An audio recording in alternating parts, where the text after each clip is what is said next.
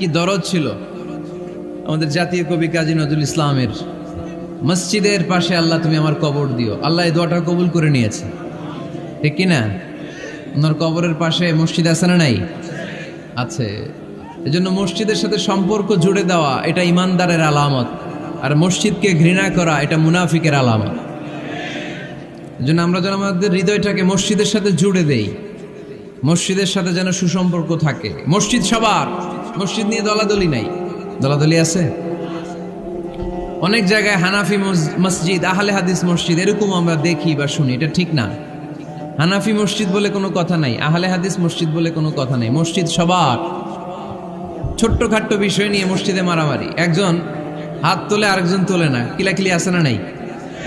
একজন বলে জোরে আমিন, আরেকজন আস্তে আমিন, মারামারি আছে না নাই? এগুলো কি মারামারি করার কোনো বিষয়? কথা বলেন। সালাতে ফরজ আছে, ওয়াজিব আছে, সুন্নাহ আছে। খেয়াল করে বুঝবেন, ফরজ যদি নষ্ট হয় সালাত ভঙ্গ হয়, you have to repeat your সালাত। ওয়াজিব নষ্ট হলে সালাত ভঙ্গ হয় না, নতুন করে পড়া লাগে না, সেজদায় শাহু দিলেই সালাত আদায় হয়ে যায়। আর সুন্নাহ নষ্ট হলে নামাজ নষ্টও হয় না, নতুন করে পড়াও লাগে না, সেজদাও লাগে না, নামাজ আদায় হয়ে যায়। সুন্নাহ নষ্ট হলে, এই যে হাত তোলা না তোলা এটা সুন্নাহ, আমিন জোরে বলা না বলা এটা কি সুন্নাহ, যেটা কোনো কারণে কেউ না করলেও তার নামাজ কবুল করে নিবে কে? আর এই সব সুন্নত লই আমগো দেশে গিলাগিলি। মৌলভীবাজারে মাশাআল্লাহ এগুলা নাই, এখানেও আছে। এগুলোর অবসান ঘটুক, আমরা চাই কি চাই না? আর কত এই ছোটখাটো বিষয় নিয়ে আমরা এই বিভেদের প্রাচীর আর দেয়ালকে উঁচু করব আমাদের মাঝখানে? কবে আমরা ঐক্যের সিন্ডিকেট করব? কবে? আর কবে সাদা মনের মানুষ হব? কবে? আর কত? অনেক হয়েছে, আর না, এবার থামেন। বিভেদের প্রাচীরকে ভেঙে চুড়িয়ে দেন। ঐক্যের এমন সিন্ডিকেট করতে হবে যাতে কোনো অপশক্তি এই ঐক্যকে ভাঙতে না পারে, বানচাল করতে না পারে। চিল্লায় বলেন ঠিক কিনা?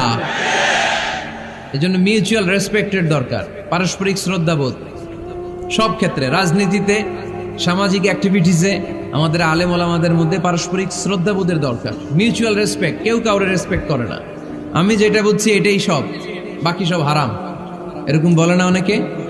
এরকম যেন না করি। তাহলে মসজিদ সবার। মসজিদ, আল্লাহর হাবিব সাল্লাল্লাহু আলাইহি ওয়াসাল্লাম খ্রিস্টানদেরকে মসজিদে ঢুকতে দিয়েছেন, আর আমরা মুসলমান ভাইয়ের জন্য মসজিদে তালা ঝুলাই দেই, আছে না নাই? আল্লাহর হাবিব সাল্লাল্লাহু আলাইহি ওয়াসাল্লাম কোথাও গেলেই প্রথমে মসজিদ বানাতেন। কি বানাতেন? মসজিদ বানাতেন। মক্কা থেকে হিজরত করে মদিনায় আসলেন, কোবায় থাকলেন কয়েক সপ্তাহ। কোবা পল্লীতে তিনি মসজিদ বানালেন, মসজিদ কোবা। ওখানে প্রতি শনিবার কেউ যদি ওযু করে ওখানে যে 2 রাকাত নামাজ পড়ে, একটা কবুল উমরার সওয়াব আল্লাহ তাআলা তার আমলনামায় দিয়ে দেয়। মসজিদে কোবা বানালেন। তারপরে মদিনায় এসে মসজিদে নববী বানালেন আল্লাহর হাবিব সাল্লাল্লাহু আলাইহি ওয়াসাল্লাম, মসজিদে নববী। এটা ছিল আল্লাহ রাসূল সাল্লাল্লাহু আলাইহি ওয়াসাল্লামের বৈশিষ্ট্য। কোথাও গেলেই তিনি মসজিদ বানাতেন। মসজিদে নববী, হায় রে, এখন তো কত সুন্দর মসজিদ আমরা দেখি, আমরা যে সালাত পড়ি। আল্লাহর হাবিব সাল্লাল্লাহু আলাইহি সাল্লামের সময় মসজিদে নববী কি এরকম ছিল? কথা বলেন। ফ্লোর ছিল বালুর ফ্লোর। কিসের ফ্লোর? আমাদের মসজিদের ফ্লোর কিসের? টাইলস। আর আল্লাহ রাসূল সাল্লাল্লাহু আলাইহি ওয়াসাল্লামের মসজিদে নববীর ফ্লোর কিসের? কথা বলে না তো আওয়াজ করে উত্তর দেন না কেন? কষ্ট হচ্ছে? দুপুরে খাইছেন না সবাই? কেন খান নাই কেন? রোজা রাখছিলেন? হ্যাঁ, ফজর বাদে আইছি। আচ্ছা ঠিক আছে, ঠিক আছে। আচ্ছা আচ্ছা, সাউন্ড নাই, কথা শোনা যায় না? তো এটা শুনলা কেমনে? জিজ্ঞেস করলাম কথা শোনা যায় না, কয় না। তো এটা শুনলা কি করে? মানে অল্প শোনা যায়, তাই তো? একটু পরে আমার বিদায় ঘন্টা বাজবে, আমি চলে যাব। তোমরা ডিস্টার্ব করতে করতে আমার সময় শেষ। তোমরা ডিস্টার্ব করলে তোমাদের লস। আমি আমার টাইমের 1 মিনিটে বেশি যেতে পারবো না, কারণ এখানে আসরের সালাতের আজান শুরু হয়ে যাবে, এরপরে কোনো কথা নেই। আর বক্তব্য লম্বা করা এটা বেদাত। এই বেদাতকে আমি সুন্নাতের মধ্যে আনতে চাচ্ছি। একটা সময়ে একেবারে কমায় নিয়ে আসবো। এত প্রোগ্রামও আমি করতে চাই না। আমি ঘোষণা দিয়েছি আগামী বছরে সারা বাংলাদেশে আমার প্রোগ্রাম হবে 50টা। কয়টা? 50টা। এরপরের বছর 30টা, এরপরের বছর 20টা। বিভাগীয় প্রোগ্রাম করলেই চলবে আমার। এক এক বিভাগে যে 2 দিন 3 দিন খালাস। এত দরকার নেই, এত লম্বা চূড়ার বক্তব্যের দরকার নেই, আধা ঘন্টা। চুপ করে শুনেন, কয়েকটা মেসেজ ড্রপ করি, take it with you to your home, then practice and apply in the society. নিয়ে যান, আমল করেন, সমাজে কাজে লাগান, সমাজটা আলোকিত করে দিবে কে? খুতাবুকুম তাবিলা সালাওয়াতুকুম কাসীরা। আল্লাহর হাবিব সাল্লাল্লাহু আলাইহি ওয়াসাল্লাম বললেন, কিয়ামতের একটা আলামত, কিয়ামতের আগে তোমাদের বক্তব্য হয়ে যাবে লম্বা, সালাত হয়ে যাবে খাটো। সালাতের পরে তাসবিহ পড়তে চায় না লোকজন, ব্যস্ত, মহাব্যস্ত, সুপার বিজি। কোত্থেকে আসলে এই ব্যস্ততা? আপনি রবের সাথে মুনাজাত, না যাই ইউনাজি মুনাজাত, আপনার রবের সাথে একাকী নীরবে কথা বলতে মনে চায় না আপনার? এত তাড়াহুড়ো কিসের? ধীর স্থির হন, একটু স্থির হন, একটু মনোদৈহিক প্রশান্তি অর্জনের চেষ্টা করেন। সব সময় ব্যস্ত, ধাক্কাধাক্কি, উচ্ছৃঙ্খলা, এগুলো আমাদেরকে শেষ করে দিয়েছে। এজন্য লম্বা চোরা বক্তব্য ঠিক না। বক্তব্য শুনতে আমাদের ভালো লাগে, আমল করতে ভালো লাগে না। বক্তব্যটা শেষেই সিগারেট ধরায়, আছে না নাই? মাহফিল শেষেই বিড়ি ধরায়, কয় চমৎকার ওয়াজ করছে হুজুরে। ওয়াজটা সেরকম হয়েছে, অনেক কণ্ঠ সুন্দর হুজুরের। এতদিন ইউটিউবে দেখছি, আজকে সরাসরি দেখাইছি, আছে না নাই? তো কি লাভ হয়েছে? লাভটা হয়েছে কি? এই যে মাহফিল শেষে বিড়িটা ধরাইলেন আর গেলেন, কোনো লাভ হয় নাই। এগুলো থেকে বেরিয়ে আসতে হবে। বছরের পর বছর আমাদেরকে শিখানো হয়েছে একভাবে, কেউ এই পরিবর্তনের আওয়াজ তোলে নাই। আওয়াজ আপনাকে তুলতে হবে। আওয়াজ তোলার জন্য এত মানুষ লাগে না, আপনি একাই যথেষ্ট। আপনি দাঁড়ান না সামনে, দেখবেন আপনার সামনে কেউ টিকে থাকতে পারবে না, ঠিক কিনা? কিন্তু আপনার শক্ত সিদ্ধান্ত লাগবে, পরিবর্তনের জন্য শক্ত মানসিকতা লাগবে, যে আমি পরিবর্তন করতে চাই। We have to change. যুগ জামানা পাল্টে দিতে চাই না অনেকজন। এক মানুষই আনতে পারে জাতির জাগরণ। এক মানুষই বিপদকালে বাঁচায় কাফেলায়, ক্ষুদ্র ডিঙ্গি বাঁচায় জাহাজ অসীম দরিয়ায়। এজন্য আপনার শক্ত সিদ্ধান্ত পারে আপনার মৌলভীবাজারটাকে দেশের শ্রেষ্ঠ জেলা, শ্রেষ্ঠ থানা হিসেবে আল্লাহর কাছে কবুল করতে, ঠিক কিনা? এজন্য লম্বা চূড়া আলোচনা ঠিক না। ছোটখাটো অল্প কয়েকটা মেসেজ নিয়ে যেতে পারলেই that's enough. One of the minor signs before the day of judgment, your Islamic lectures will be very longer and your salah 5 times a day will be shorter. কিয়ামতের আগে বক্তব্য লম্বা, নামাজ খাটো, তাসবিহ পড়ে না, ব্যস্ত, মহাব্যস্ত। এই মহাব্যস্ততা ছাড়েন, কোরআন সুন্নাহর দিকে ফিরে আসেন। বরকত দিবে কে? বিশ্বনবীর মসজিদে নববীর ফ্লোর বালুর ফ্লোর ছিল, আমাদের ফ্লোর টাইলস। আল্লাহর হাবিব সাল্লাল্লাহু আলাইহি ওয়াসাল্লামের মসজিদে বালি নিচে, এই বালিতেই নামাজ পড়তেন। বৃষ্টি হলে কাদামাটি হয়ে যেত, কাদামাটিতেই সেজদা করতেন। সেজদা করলে কাদার মাটি আল্লাহর হাবিব সাল্লাল্লাহু আলাইহি ওয়াসাল্লামের নাকে আর কপালে লেগে যেত। তিনি সালাম ফিরিয়ে সাহাবাদের দিকে মুখ ফিরিয়ে বসলে দেখতেন প্রতিটা সাহাবীর নাকে আর কপালে কাদার মাটি মিশে আছে। তার মানে প্রিয় নবী সাল্লাল্লাহু আলাইহি ওয়াসাল্লামের মসজিদে নববী ছিল কাঁচা, কিন্তু মুসল্লি ছিল পাকা। আমাদের মসজিদগুলা হয়েছে পাকা, কিন্তু মুসল্লি কাঁচা, ঠিক কিনা? ফজরের সালাতে মানুষ নাই। ইমাম সাহেব আছেন কে কে এলাকায়? দেখি ইমাম, মসজিদের ইমাম, মাশাআল্লাহ। আপনাদের এইখানে ওই মসজিদে ফজরের নামাজে কয় কাতার হয়? 5 জন 6 জন? কেনে এত কম? খেনে হ্যাঁ আসে না, আসতে চায় না লোকজন। তো এই যে 5-6 জন ফজরের সালাতে, কল্পনা করতে পারেন ফজরের সালাতে এত কম লোক। ফজরের জামাতে লোক যায় না, এটা একটা মহামারী। যেদিন ফজরের জামাতের দৃশ্য আর জুমার নামাজের দৃশ্য একরকম হয়ে যাবে, ওই দিনই বাংলাদেশে ইসলাম কায়েম হয়ে যাবে। এখন স্লোগান তোলে বিপ্লব বিপ্লব, ইসলামী বিপ্লব। আর ফজরের সময় আমি কম্বলের ভিতরে, আছে না নাই? কোনো বিপ্লব হবে না। ফজরের নামাজ জামাতে পড়ুন, সকালটারে বরকতময় করে দিবে কে? আল্লাহর হাবিব সাল্লাল্লাহু আলাইহি ওয়াসাল্লামের মসজিদ ছিল সবার জন্য উন্মুক্ত, এখানে সবাই আসতে পারত। এজন্য মসজিদ হবে সবার। আমরা মসজিদের আবাদকারী হতে চাই। এজন্য রাব্বুল আলামিন বলেন, ইন্নামা ইয়া'মুরু মাসাজিদাল্লাহি মান আমানা বিল্লাহি ওয়াল ইয়াউমিল আখির ওয়া আকামাস সালাতা ওয়া আতাজ যাকাতা ওয়া লাম ইয়াখশা ইল্লাল্লাহ فعسى أولئك أن يكونوا من المهتدين। সুবহান আল্লাহ পড়েন।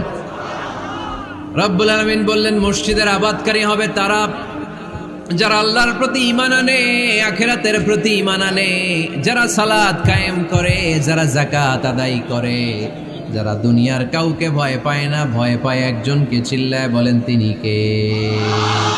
যাদের হৃদয়ে আছে আল্লাহর ভয়, তারা কবু পথ ভুলে যায় না। আল্লাহর প্রেম ছাড়া এই দুনিয়া কারো কাছে কোনো কিছু চায় না, ঠিক কিনা? তাহলে যারা মসজিদের আবাদকারী এরা ভয় পায় একজনকে, চিল্লায় বলেন তিনি কে? মসজিদের আবাদকারীদের প্রথম গুণ, তারা আল্লাহ বিশ্বাস করে, তারা আখিরাতে বিশ্বাস করে, তারা সালাত কায়েম করে, তারা যাকাত আদায় করে, তারা আল্লাহ ছাড়া পৃথিবীর কাউরে ভয় পায় না। আল্লাহ বলেন ফাআসা উলাইকা আইয়াকুনু মিনাল মুহতাদিন, আশা করা যায় তারাই হলো হেদায়েতের রাস্তার উপরে আছে, ঠিক কি না? তারাই মসজিদের আবাদকারী, যারা মসজিদে যায়, সালাত আদায় করে। এখন মসজিদের আবাদকারী আপনি হতে চান, আপনি মসজিদে যান না, আপনি আবাদকারী হতে পারবেন?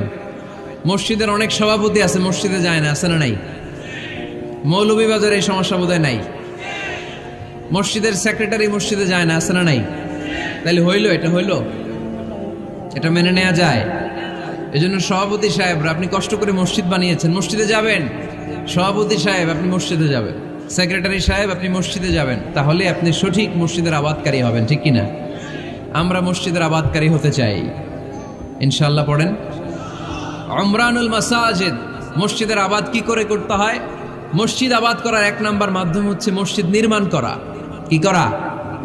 নির্মাণ করা। খেয়াল করবেন, আল্লাহর হাবিব সাল্লাল্লাহু আলাইহি ওয়াসাল্লাম বলেছেন, মান বানা মসজিদান মিন মালিহি ফিদ দুনিয়া বানাল্লাহু লাহু বাইতান ফিল জান্নাহ।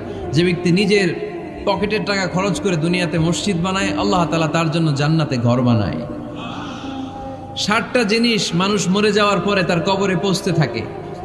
ইন্না মিম্মা ইয়ালহাকুল মুমিন মিন হাসানাতিহি বা'দা মাউতিহি। মানুষ মরে যাওয়ার পরেও যে 60টা জিনিস তার কবরে পৌঁছায়, তার মধ্যে একটা হচ্ছে মসজিদান বানাহু। সে যে মসজিদ বানিয়ে গিয়েছে, ওই মসজিদের সওয়াব। সুবহানাল্লাহ পড়েন। আপনি টাকা দিয়ে মসজিদ বানিয়ে দিলেন, ওই মসজিদে মুসল্লিরা নামাজ পড়ে, রোজাদাররা এসে ওখানে ইফতার খায়, তাহাজ্জুদ আদায়কারীরা তাহাজ্জুদ পড়ে, তাদের সওয়াবের কমতি হবে না, কিন্তু তাদের সওয়াবের একটা পার্সেন্টেজ সওয়াব যে ব্যক্তি মসজিদ বানালো তার আমলনামায় আল্লাহ ঢুকিয়ে দেয়। এজন্য বেশি বেশি মসজিদ বানাতে রাজি আছেন তো? তাহলে মসজিদ আবাদ করার প্রথম মাধ্যম হচ্ছে মসজিদ বানানো। 2 নম্বর মাধ্যম হচ্ছে মসজিদে যেয়ে জামাতে সালাত আদায় করা। জামাতে সালাতুল জামাআ তাফদুলু সালাতাল ফাযযি বি27 দারাজা। ঘরে নামাজ পড়লে, একা একা পড়লে যেই সওয়াব, জামাতে পড়লে 27 গুণ বেশি সওয়াব। সুবহানাল্লাহ বলতে পারলেন না? হে নামাজি আমার ঘরে নামাজ পড়ো আজ, দিল মে তোমার চরণ তলে হৃদয় যায় নামাজ। হে নামাজি আমার ঘরে নামাজ পড়ো আজ, দিল মে তোমার চরণ তলে হৃদয় যায় নামাজ। পড়েন আল্লাহু আকবার। কি সুন্দর লিখেছেন কাজী নজরুল ইসলাম। মসজিদ কেমন যেন মসজিদ তার নিজের ভাষায় আল্লাহর কাছে কেঁদে কেঁদে ফরিয়াদ জানায়, আল্লাহ নামাজিরা আমার ঘরে আসে না, কি সুন্দর টাইলস, কি সুন্দর মুসল্লা, কি সুন্দর এয়ার কন্ডিশন, সব আছে কিন্তু মুসল্লি নাই, ঠিক কিনা? মসজিদগুলো আল্লাহর কাছে ফরিয়াদ জানায়। এজন্য আমরা যেন মসজিদমুখী হই। কি মুখী? আওয়াজ করে বলতে হবে, কি মুখী? মসজিদমুখী। তাহলে মসজিদ আবাদের 1 নম্বর পদ্ধতি মসজিদ বানানো। 2 নম্বর মসজিদে বেশি বেশি যে জামাতে সালাত আদায় করা। 3 নম্বরে মসজিদের সাথে সম্পর্ক জুড়ে দেওয়া, হৃদয়টা যেন সবসময় মসজিদের সাথে লেগে থাকে। আল্লাহর হাবিব সাল্লাল্লাহু আলাইহি ওয়াসাল্লাম বললেন, সাবআতুন ইউযিল্লুহুমুল্লাহু ফি যিল্লিহি ইয়াওমা লা যিল্লা ইল্লা যিল্লু। 7 শ্রেণীর ব্যক্তিকে আল্লাহ তাআলা কিয়ামতের দিন আরশের নিচে ছায়া দিবে, যেদিন আল্লাহর আরশের ছায়া ছাড়া কোনো ছায়া পৃথিবীতে থাকবে না। সেই দিনটা কি এই দিনের মতো? কিয়ামতের দিনটা আজকের এই দিনের মতো হবে? 50,000 বছর হবে। এটা লেন্থ, এটা ডিউরেশন। কাআন সাফসাফা লা তারা ফিহা ইওয়াজা ওয়ালা আমতা। লেভেল প্লেইং ফিল্ড, তামার জমিন। একটু কল্পনা করেন তো ওই দিনটা কত ভয়ঙ্কর। বাবা ছেলেরে চিনবে না ওই দিন, ছেলে বাবারে চিনবে না, স্ত্রী স্বামীকে চিনবে না, স্বামী স্ত্রীকে চিনবে না, পীর সাহেব মুরিদ চিনবে না, মুরিদ পীর সাহেবকে চিনবে না, নেতা কর্মীকে চিনবে না, কর্মী নেতাকে চিনবে না। হায় হায়, ইয়া নাফসি বলে কাঁদবে। সূর্যটা মাথার কাছে চলে আসবে, সূর্যের তাপে মাথার মগজগুলো গলে গলে নাকের ছিদ্র আর কানের ছিদ্র দিয়ে টপ টপ করে বেয়ে বেয়ে পড়বে। তৃষ্ণায় মানুষগুলো পাগল পাড়া, জিহ্বাটা বের হয়ে নাভি পর্যন্ত ঝুলতে থাকবে। সেদিন সবাই পাগলের মতো ছুটতে থাকবে, কোনো ছায়া নাই আল্লাহর আরশের ছায়া ছাড়া। আল্লাহর হাবিব বললেন 7 শ্রেণীর ব্যক্তিকে আল্লাহ তাআলা আরশের নিচে ছায়া দিবেন। এর মধ্যে 1 শ্রেণীর ব্যক্তি রাজুলুন কলবুহু মুআল্লাকুন বিল মাসাজিদ, ওই ব্যক্তি যার হৃদয়টা সবসময় আল্লাহর মসজিদের সাথে লেগে থাকে। মসজিদের সাথে যার হৃদয় লেগে থাকে তাকে আরশের নিচে ছায়া দিবে কে? এজন্য মসজিদের সাথে যেন আমাদের হৃদয়গুলো লেগে থাকে। অনেকেই দেখবেন এত ভালো নামাজে, জোহর পরে টেনশন করে আসরটা কই পড়বো, আসর পরে চিন্তা করে মাগরিবের সময় আমি কোথায় থাকবো, মাগরিবের সময় টেনশন, ইস এশাটা হয়ে গেলেই তো শেষ। এরকম লোক আছে না নাই? এদেরকে সেই কঠিন ভয়াবহ দিনে আরশের নিচে ছায়া দিবে কে? তারপরে মসজিদ আমাদের 4 নাম্বার পদ্ধতি, মসজিদকে পরিচ্ছন্ন রাখা, মসজিদকে ঝাড়ু দেয়া। মসজিদকে যারা পরিষ্কার করে তাদের হৃদয়ের যন্ত্রণা দূর করে দেয় কে? সাইয়েদনা ইব্রাহিম আলাইহিস সালাম এবং ইসমাঈল আলাইহিস সালামকে আল্লাহ তাআলা আদেশ করেছেন, তাহহিরা বাইতিয়া লিত-তাইফিনা ওয়াল আকিফিনা ওয়ার রুকআই সুজুদ। হে ইব্রাহিম, ইসমাঈল, বাপ বেটা দুইজন মিলে মসজিদ ঝাড়ু দাও। কি ঝাড়ু দাও? মসজিদেরি ঝাড়ু বড়দার, ও কামারে হাত শোনো আমার মুনাজাত। পড়েন, শোনো শোনো ইয়া ইলাহি আমার মুনাজাত, শোনো আমার মুনাজাত। পড়েন আমিন। মসজিদ ঝাড়ু দেওয়া মসজিদ আমাদের অন্তর্ভুক্ত। আপনারা কেউ কোনোদিন মসজিদ ঝাড়ু দিয়েছেন নাকি? কে কে দিয়েছেন দেখি? সবাই সবাই মসজিদের খাদেম, মাশাআল্লাহ। আমিও দিছি মসজিদ ঝাড়ু, অনেক দিছি, মাশাআল্লাহ। আল্লাহ তুমি কবুল করো।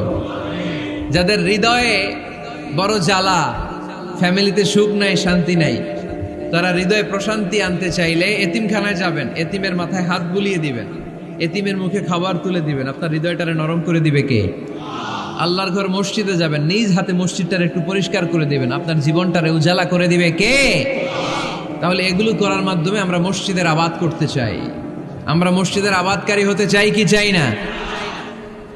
আল্লাহর ঘর মসজিদ আবাদ করার মতো শ্রেষ্ঠ কাজ পৃথিবীতে হতে পারে না। এই মসজিদের কিছু আদব আছে, আল্লাহ রাসূল সাল্লাল্লাহু আলাইহি ওয়াসাল্লাম বলেছেন এই আদবগুলো মেনটেন করে যেন আল্লাহর ঘর মসজিদের সাথে আমরা ব্যবহার করি। মসজিদের 1 নম্বর আদব হচ্ছে মসজিদে ওযুর সাথে প্রবেশ করা। কিসের সাথে? ওযু করে পরিচ্ছন্ন হয়ে মসজিদে প্রবেশ করা। এজন্য অপবিত্র অবস্থায় গোসল ফরজ, এরকম অবস্থায় মসজিদে ঢোকা যাবে? কথা বলেন, ঢোকা যায়? যেই নারীদের মাসিক চলতেছে, মেনস্ট্রুয়েশনাল পিরিয়ড চলতেছে, ওই নারীদের পক্ষে মসজিদে ঢোকা জায়েজ আছে? নাই। তাহলে এটা হলো 1 নম্বর আদব। মসজিদে ঢোকার সময় কি করে ঢুকবো? ওযু করে। আওয়াজ করে বলেন, কি করে ঢুকবো? ওযু করে।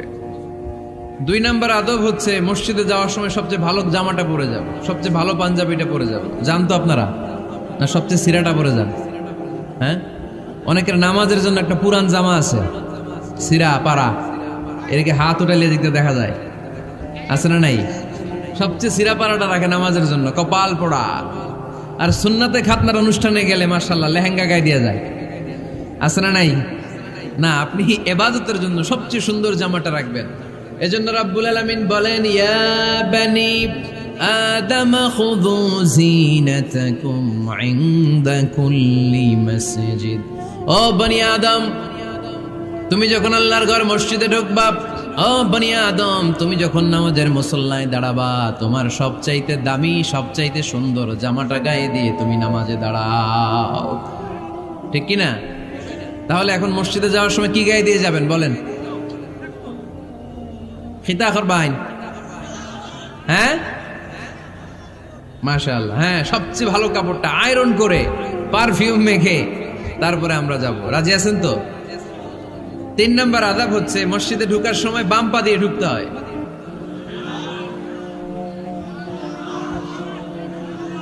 কোন পা? আরো জোরে।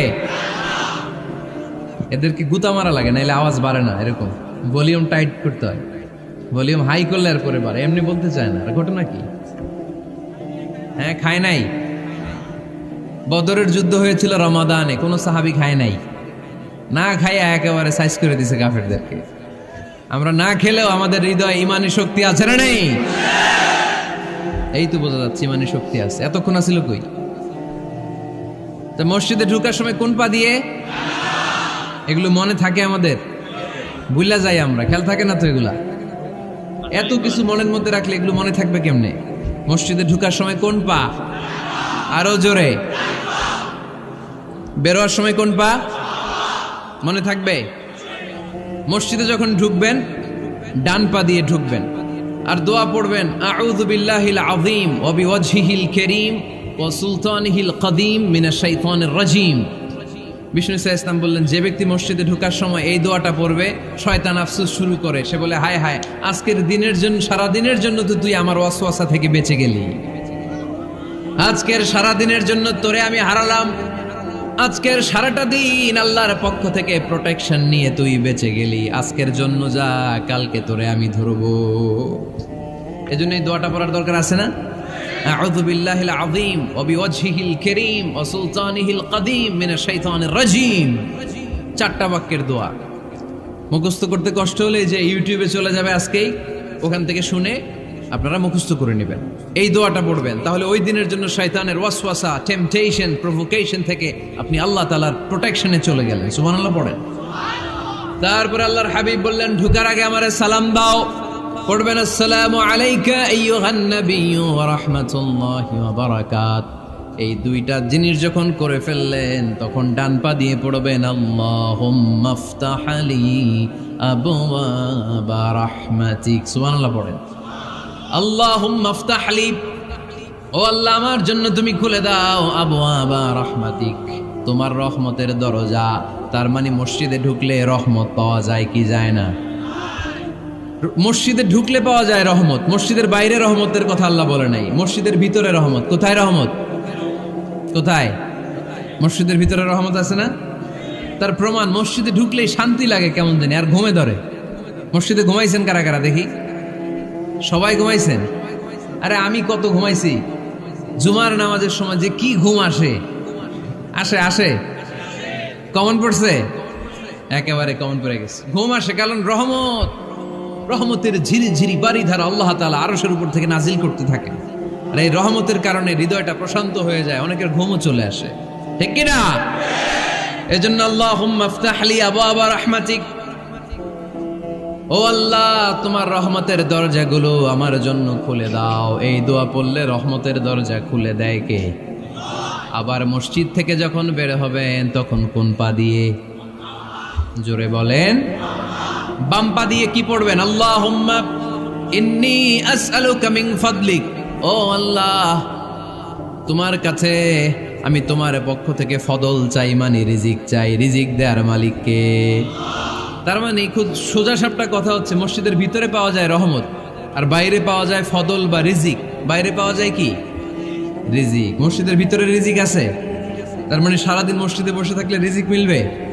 নামাজের সময় নামাজ পড়তে হবে, কাজের সময় কাজ করতে হবে। এটাই হচ্ছে ইসলামের বিধান। নামাজের সময় নামাজ, কাজের সময়। আমি প্রশ্ন করব, আওয়াজ করে উত্তর দেন। নামাজের সময়, কাজের সময়, নামাজের সময়, কাজের সময়। এটা মনে থাকবে। এজন্য আল্লাহ বললেন, ফাইদা কুদিয়াতিস সালাতু ফান্তাশিরু ফিল আরদি ওয়াবতাগু মিন ফাদলিল্লাহ। যখন তোমাদের সালাত শেষ হয়ে যায়, আল্লাহর রিজিক অন্বেষণের জন্য আল্লাহর জমিনে তোমরা ছড়িয়ে যাও। নামাজের সময় আসবেন, নামাজ শেষ বের হয়ে যান। ফান্তাশিরু ফিল আরদ, জমিনে ছড়িয়ে পড়ো।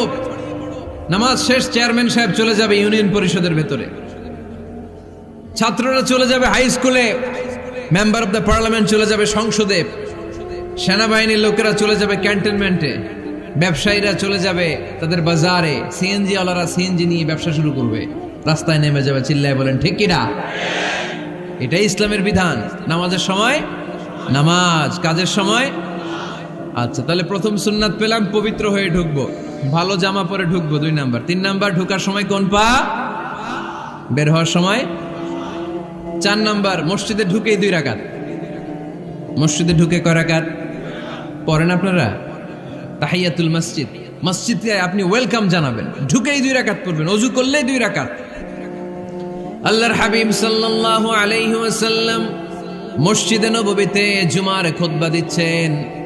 খুতবা চলাকালীন সময়ে এক সাহাবী এসে মসজিদের মধ্যে বসে পড়লেন। আল্লাহর হাবিব সাল্লাল্লাহু আলাইহি ওয়াসাল্লাম সাহাবীরে বললেন দাঁড়াও। সাহাবী দাঁড়ালেন। আল্লাহর নবী জিজ্ঞেস করলেন কেন বসে বললা, 2 রাকাত পড়ছো নাকি? সাহাবী বলে পড়ি নাই। বিশ্বনবী বললেন তাহলে তাড়াতাড়ি 2 রাকাত নামাজ পড়ে বসে যাও। সুবহানাল্লাহ। পড়ো, 2 রাকাত পড়ো নাই তো পড়ো, দাঁড়াও, তারপরে বসো। দেখেন খুতবা চলাকালীন সময়ে আমাদের খতিবরা কখনো খুতবা থামায়? কথা বুঝেন নাই? জুমার খুতবা আপনারা শুনেন না? খুতবা চলতেছে, ওই মুহূর্তে ইমাম সাহেবরা কখনো খুতবা থামায়? মাঝখানে কোনো ঝামেলা হলে থামায় না। প্রথম খুতবা শেষ, বসে, তারপরে দ্বিতীয় খুতবা। খুতবার মাঝখানে কোনো থামাথামেই নাই। কিন্তু আল্লাহর হাবিব সাল্লাল্লাহু আলাইহি সাল্লাম কেমন খতিব ছিলেন দেখেন। আল্লাহর হাবিব সাল্লাল্লাহু আলাইহি সাল্লামের খুতবা দেওয়ার স্টাইল এন্ড অ্যাটিটিউড এবং আমাদের খুতবা দেওয়ার স্টাইল এন্ড অ্যাটিটিউড, আল্লাহ রাসূল সাল্লাল্লাহু আলাইহি সাল্লামেরটা কত প্রাণবন্ত ছিল। আল্লাহ রাসূল সাল্লাল্লাহু আলাইহি সাল্লাম সোসাইটি ওরিয়েন্টেড একজন পার্সোনালিটি ছিলেন, সমাজের মানুষ কেন্দ্রিক, খুব সামাজিক ছিলেন আল্লাহ রাসূল সাল্লাল্লাহু আলাইহি সাল্লাম। তিনি দেখলেন একজন বসে পড়ছে, উনি খুতবা থামায় দিলেন। জুমার খুতবা থামায় বললেন এই নামাজ পড়ছো না, পড়ো 2 রাকাত পড়ো। আবার খুতবা শুরু করলেন। সুবহানাল্লাহ পড়বেন না?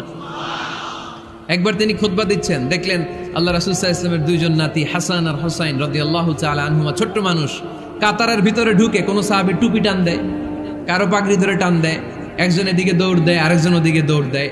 মসজিদে একটা ডিস্টার্ব হচ্ছে। আল্লাহর হাবিব সাল্লাল্লাহু আলাইহি ওয়াসাল্লাম খুতবা থামিয়ে দিলেন, মিম্বার থেকে নেমে আসলেন, 2 নাতিকে 2 হাতে ধরলেন, ধরে আস্তে করে জান্নাতের এই 2 সর্দারকে নিয়ে মিম্বারের উপরে দাঁড়ালেন। এই হাতে এই নাতি, ওই হাতে আরেক নাতি। এরপর দাঁড়িয়ে দাঁড়িয়ে তিনি বাকি খুতবা দিলেন। পড়েন সুবহানাল্লাহ। কত প্রাণবন্ত খুতবা। উনিও খুতবা দিতেন, আমরাও খুতবা দেই। আল্লাহর হাবিব সাল্লাল্লাহু আলাইহি ওয়াসাল্লাম খুতবা দিচ্ছেন, এক সাহাবী এসে বলল ইয়া রাসূলুল্লাহ, মদিনায় দুর্ভিক্ষ, বৃষ্টি নাই, আপনি বৃষ্টির দোয়া করেন। রাসূল সাল্লাল্লাহু আলাইহি ওয়াসাল্লাম খুতবা থামায় দিলেন, থামায় দিয়ে দোয়া শুরু করলেন। আল্লাহুম্মা আসকিনা গাইসান মুগীসান মারিআন মুরিআন নাফিআন গায়রা দার আজিলান গায়রা আজিল। আল্লাহ উপকারে বৃষ্টি দেন, যে বৃষ্টিতে আমাদের ফসল জন্মাবে, সবুজ ঘাস লতা পাতা জন্মাবে, আমাদের গবাদি পশুর রিজিক বাড়বে, এরকম উপকারী বৃষ্টি আমাদেরকে দিয়ে মদিনাটারে ধন্য করে দেন। বৃষ্টি শুরু হলো, জুমাবার বৃষ্টি, শনি রবি সোম মঙ্গল বুধ বৃহস্পতি শুক্র, টানা 7 দিন বৃষ্টি। এবার বৃষ্টির চোটে মদিনায় বন্যা হয়ে গেছে। এতদিনে দুর্ভিক্ষ, এতদিনে কি, এখন বৃষ্টির বরকতের দোয়া করছে, বৃষ্টিতে এবার বন্যা। যেই সাহাবী বৃষ্টির জন্য দোয়া করতে বলেছিলেন, পরের জুমাবারের খুতবার সময় এসে ওই সাহাবী বলেন ইয়া রাসূলুল্লাহ, আবার খুতবার মাঝখানে ইয়া রাসূলুল্লাহ, আর বৃষ্টির দরকার নাই, আর দরকার নেই, এবার বৃষ্টি বন্ধের দোয়া করেন। আল্লাহর হাবিব সাল্লাল্লাহু আলাইহি ওয়াসাল্লাম খুতবা থামিয়ে আবার বন্ধের দোয়া, আল্লাহুম্মা হাওয়ালাইনা ওয়ালা আলাইনা, হে আল্লাহ আমাদের চারিদিকে দেন, মদিনাতে আর বৃষ্টির দরকার নাই। চিল্লায় পড়েন সুবহানাল্লাহ। এজন্য খতিব হবে এরকম প্রাণবন্ত খতিব। সমাজে কি চলে, কি ক্রাইসিস, কি সংকট, ইয়াংরা কোন সমস্যায় ভোগে, আমাদের রাজনৈতিক অঙ্গনে কি সমস্যা, আমাদের অর্থনৈতিক অঙ্গনে কি সমস্যা, আমাদের সামাজিক অঙ্গনে কি সমস্যা, আমাদের পরিবারগুলোর ভেতরে কি ঝামেলা, প্রত্যেকটা কথা মসজিদের মিম্বার থেকে আসার দরকার আছে না নাই? আল্লাহর হাবিব সাল্লাল্লাহু আলাইহি ওয়াসাল্লাম এভাবেই সমাজকে ঠিক করে দিতেন। 2 রাকাত মসজিদে ঢুকে আজকে থেকে আমরা পড়ব। মসজিদে ঢুকলেই কয় রাকাত মনে থাকবে না ভুলে যাবেন? তারপরে আল্লাহর হাবিব সাল্লাল্লাহু আলাইহি ওয়াসাল্লাম বলেছেন খবরদার কবরের উপর মসজিদ বানিও না। কবরস্থান একদিকে, মসজিদ আর একদিকে। কিন্তু বাংলাদেশে মসজিদের সাথে কবর মিলানো আছে না নাই? ছোট্ট একটা মসজিদ, কিন্তু এত বড় বাবার কবর আছে না নাই? এগুলো করবেন না আপনি। আগে হবে মসজিদ, পরে কবরস্থান। যেমন মসজিদে নববী হয়েছে আগে, তারপরে বিশ্বনবীর কবর এখানে আছে না নাই? মসজিদে নববী প্রতিষ্ঠিত হয়েছে আগে, পরে বাকি কবরস্থান আছে না নাই? কিন্তু কোন আল্লাহর ওলির কবরস্থানের উপরে যদি মসজিদ বানান, তার উপর লানাত দিয়েছে কে? লা'আনা রাসূলুল্লাহ আলাল ইয়াহুদ ওয়ান নাসারা ইত্তাখাযু কুবুর আমবিয়াইহিম মাসাজিদা। আল্লাহ আল্লাহর রাসূলের লানত ইহুদি নাসারাদের উপর, কারণ ইহুদি আর নাসারাদের একটা খাসলাত, একটা বৈশিষ্ট্য ছিল, তারা তাদের নবীদের কবরের উপরে মসজিদ বানায় ফেলতো। এটা করা যাবে? এজন্য এলাকায় এলাকায় এই ঝামেলা, কবর আর মসজিদ হবে আলাদা। আবার মসজিদের কেবলার দিকে যেন কবরস্থান না হয়, তাহলে শিরক হওয়ার সম্ভাবনা আছে না নাই? খুব সাবধান, আল্লাহ সব মাফ করে কিন্তু শিরক মাফ করে না, ঠিক কি না? শিরক হচ্ছে মহাপাপ, সব পাপের বাপ। এজন্য আমরা সব করলেও শিরকের গুনাহ মুসলমান কখনো করতে পারে। এরপর আল্লাহর হাবিব বললেন, মসজিদকে পরিষ্কার পরিচ্ছন্ন রাখো, এটাও মসজিদের আদাব। মসজিদে আতর লাগিয়ে দেন, বাখুর জ্বালিয়ে দেন। আপনাদের এই এলাকার মধ্যে তো বাখুরের অভাব নাই, আগরের অভাব নাই, ঠিক কিনা? গতকাল প্রোগ্রাম ছিল কই? সুজানগর, আগরের রাজধানী। আগর চিনেননি আপনারা? হ্যাঁ, এই যে দেহনেল উদ পারফিউম, আপনাদের এই যে মাহতাব সাহেবের আল হারামাইন, এরপরে যে আজমল কোম্পানি, এও আপনাদের এই মৌলভীবাজার এলাকার। এরকম অনেক কোম্পানি আছে দুবাই ভিত্তিক, গোটা বিশ্বে ওনারা ব্র্যান্ডিং করেছে। এগুলোর র ম্যাটেরিয়াল, কাঁচামাল যায় হচ্ছে আপনাদের মৌলভীবাজার থেকে। সম্মানিত ভাইয়েরা, মসজিদ পরিষ্কার পরিচ্ছন্ন রাখবেন, এই বাখুর জ্বালাবেন, দেহনেল উদ, এই পারফিউমগুলো ছড়িয়ে দিবেন। মসজিদের মধ্যে অনেক মসজিদে দুর্গন্ধ আছে না নাই? এই কার্পেটের মধ্যে ময়লা, পরিষ্কার করেন। আল্লাহর হাবিব সাল্লাল্লাহু আলাইহি ওয়াসাল্লাম বলেছেন, খবরদার। আম্মা জান আয়েশা বর্ণনা করেন, আমার রাসূলুল্লাহ সাল্লাল্লাহু আলাইহি ওয়াসাল্লাম বিবিনাইল মসজিদ ফি দুয়ার ওয়া আন তুতাইয়াবা ওয়া তুনাযাফ। আমরা যেন এলাকা এলাকায় মসজিদ বানাই, মসজিদগুলোকে যেন পারফিউম দিয়ে, আতর দিয়ে সুগন্ধময় করে দেয়, বিশ্বনবী আদেশ করেছেন। সুবহানাল্লাহ পড়েন। এজন্য কোনো অপরিচ্ছন্ন মসজিদ থাকতে পারবে না। মসজিদের পাশ দিয়ে গেলে আতরের ঘ্রাণে আমোদ হয়ে লোকজন যেন বুঝতে পারে এটা আল্লাহর ঘর, মসজিদ। চিল্লায় বলেন ঠিক কিনা? এরপর আল্লাহর হাবিব সাল্লাল্লাহু আলাইহি ওয়াসাল্লাম বলেছেন, মসজিদের আরেকটা আদব হলো মসজিদকে অতিমাত্রায় ডিজাইন না করা। বেশি ডিজাইন করা যাবে না। এমন ডিজাইন করা যাবে না যে এটা মসজিদ বোঝাই যায় না। এত লাইটিং ফাইটিং করে, এটা কি মসজিদ না কমিউনিটি সেন্টার বোঝাই যায় না। আছে না নাই? আছে। এরকম যেন আমরা না করি সম্মানিত ভাইয়েরা। বিশেষ করে মসজিদের সামনের দেয়ালে। কোন দেয়ালে? সামনের দেয়ালটা, কেবলার দিকে যেই দেয়াল, এই দেয়ালটা হতে হবে ফ্রেশ, যাতে করে মানুষের দৃষ্টি আকর্ষণ না করে। প্রায় মসজিদের দেয়ালের মাঝখানে দেখবেন আপনি ক্যালেন্ডার ঝুলায় রাখে, আছে না নাই? মৌলভীবাজারের কি অবস্থা? খিতা খবর আছে? তো এই যে ক্যালেন্ডার ঝুলায় রাখে, ওইখানে দেখবেন বিভিন্ন মসজিদের ছবি, এতিমখানার ছবি, মানুষের ছবি। তো মানুষ নামাজও পড়ে, আবার ওগুলোও তাকায়, আছে না নাই? প্রথম কাতারে পরে ওইখানে কি লেখা, এগুলো পরে, তার ডিস্টার্ব হচ্ছে না? এই মুসল্লির দৃষ্টি যাতে অন্যদিকে না যায়, এটা খেয়াল রাখতে হবে। যদি পারা যায়, মসজিদের সামনে কোনো ঘড়ি টড়ি চলবে না। ঘড়ি মসজিদের পেছনের দেয়ালে, সময়সূচি পেছনের দেয়ালে, সব পেছনে। সময় কয়টা বাজে ওটা ইমাম দেখলেই চলবে, ইমাম এভাবে দেখে নিবে, আপনারাও দেখে নিবেন। কিন্তু সামনের দেয়ালটা যত সিম্পল করা যায়। আল্লাহর হাবিব সাল্লাল্লাহু আলাইহি ওয়াসাল্লাম নামাজ পড়া অবস্থায় সামনে এমন কিছু রাখতেন না যেটার দ্বারা আল্লাহর হাবিব সাল্লাল্লাহু আলাইহি ওয়াসাল্লামের সালাতে মনোযোগ অন্যদিকে চলে যায়। আমরা যখন সালাত পড়ি, যদি অন্যদিকে তাকাই, ফেরেশতার মাধ্যমে আল্লাহ একটা ডাক দেয়, বলে আকবিল, এই বান্দা ফিরে আয়, তোর নজর থাকা দরকার সেজদার জায়গায়, ফিরে আয়। আপনি আবার যখন অন্যদিকে তাকান, আল্লাহ বলে ফিরে আয়, সেজদার দিকে তাকা। আপনি আবার যখন ঘড়ির দিকে তাকান, আল্লাহ বলে আকবিল, ফিরে আয়, সেজদার দিকে তাকা। আপনি যখন আবার অন্যদিকে তাকান, তখন আল্লাহ বলে লা হাজাতা লি ইলা সালাতিক, তোর এই নামাজের দরকার আমার নাই। নাউজুবিল্লাহ পড়বেন না? তোর এই নামাজের দরকার আমার নাই। অজু করে কষ্ট করে যাকে খুশি করার জন্য আপনি সালাতে দাঁড়ালেন, উনি যদি বলে এই নামাজের দরকার নেই, তা কার জন্য নামাজ পড়লেন আপনি? কথা কি বুঝতে পেরেছেন? এই জন্য এলাকার গণ্যমান্য ব্যক্তিবর্গ আছে, আমাদের চেয়ারম্যান সাহেব আছে, আরো অন্যান্য বিজনেস ম্যাগনেটরা আছে। আপনারা মসজিদ যখন নির্মাণ করবেন, সামনের দেয়ালটা যত সাদামাটা হতে পারে ততই ভালো। এমনকি জায়নামাজের মধ্যে এখন কাবা ঘরের ছবি আছে না নাই? আছে না? কি মুসলমান আমরা! নিজের কাবারে নিজে লাথি মারি নামাজের আগে, মনের অজান্তে নিজের কাবাকে নিজে লাথি মারছি। এরকম জায়নামাজ ব্যবহার করা নিষেধ। চিল্লায় বলেন ঠিক কিনা? সাদা ফ্রেশ জায়নামাজ বাজারজাত করেন। আপনাদের সিদ্ধান্তই ওনাদের ব্যবসা বয়কট হয়ে যাবে। আপনারা যদি এখন থেকে মসজিদের মিনারা আর কাবা ঘরের যে প্রতিকৃতি বা ছবি, এরকম ছবি সম্বলিত জায়নামাজ কিনা বন্ধ করে দেন, এদের মার্কেট থাকবে? কথা বলেন। কালকে থেকে আমরা জায়নামাজ কেনার সময় ফ্রেশ জায়নামাজ কিনবো। কোনো মসজিদ, কোনো মিনার, আমাদের কাবা ঘরের ছবি সম্বলিত কোনো জায়নামাজ কিনা যাবে? আওয়াজ করে বলেন, যাবে? যাবে না। এগুলো হচ্ছে মসজিদের আদাব, এগুলো রক্ষা করে মসজিদে ঢোকার দরকার আছে না নাই? পৃথিবীতে 3টা মসজিদ সবচাইতে শ্রেষ্ঠ মসজিদ, কয়টা? আওয়াজ করে বলেন না। 1 নাম্বার মসজিদুল হারাম, ফাওয়াল্লু উজুহাকুম শাতরা, যেখানেই তোমরা নামাজ পড়ো না কেন মসজিদের হারামের দিকে হয়ে নামাজ পড়ো। কেবলা কোন দিকে আজকে? এদিকে, এইদিকে কেবলা। আমি যদি এদিকে হয়ে পড়ি নামাজ হবে না? হবে না কেন? কারণ কেবলামুখী হয়ে নামাজ পড়া ফরজ। চিল্লায় বলেন ঠিক কিনা? মসজিদুল হারাম পৃথিবীর প্রথম মসজিদ। ওখানে একটা ঘর আছে, ঘরটার নাম হলো কাবা।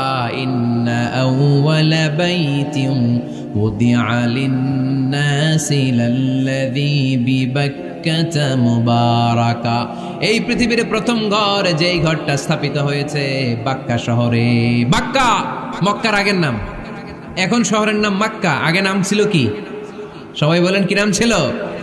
বাক্কা। এটা পৃথিবীর আদি ঘর। সব নবীদের পরশধন্য পদধূলিতে এই জায়গাটা বরকতময় হয়েছে। এটা এমন ঘর যেই ঘরের চারদিকে 1 রাকাত নামাজ পড়লে 1 লক্ষ রাকাতের সওয়াব পাওয়া যায়। হজ উমরা করেছেন কে কে দেখি? হজ উমরা করেছেন আপনারা না? মাশাআল্লাহ। আমরা যারা করতে পারি নাই, আল্লাহ তাদেরকেও তৌফিক দাও। আমরা যেন এই কাবা ঘরে যে প্রাণ ভরে সালাত আদায় করতে পারি, আল্লাহ তৌফিক দান করো। আমরা যেন মসজিদে নববীতে যে প্রাণ ভরে সালাত পড়তে পারি, তৌফিক দান করো। আল্লাহর হাবিব সাল্লাল্লাহু আলাইহি ইসলামের কবরের সামনে দাঁড়িয়ে যেন আমরা প্রাণ খুলে মন প্রাণ উজাড় করে বিশ্বনবী সাল্লাল্লাহু আলাইহি ইসলামকে সালাম দিতে পারি, আল্লাহ তৌফিক দান করো। এই কাবা ঘরকে কেন্দ্র করে প্রতিদিন 100টা রহমত নাজিল হয়। আওয়াজ করে বলেন, কয়টা? আল্লাহর হাবিব বললেন প্রতিদিন, প্রতিনিয়ত 100টা রহমত নাজিল হতেই থাকে।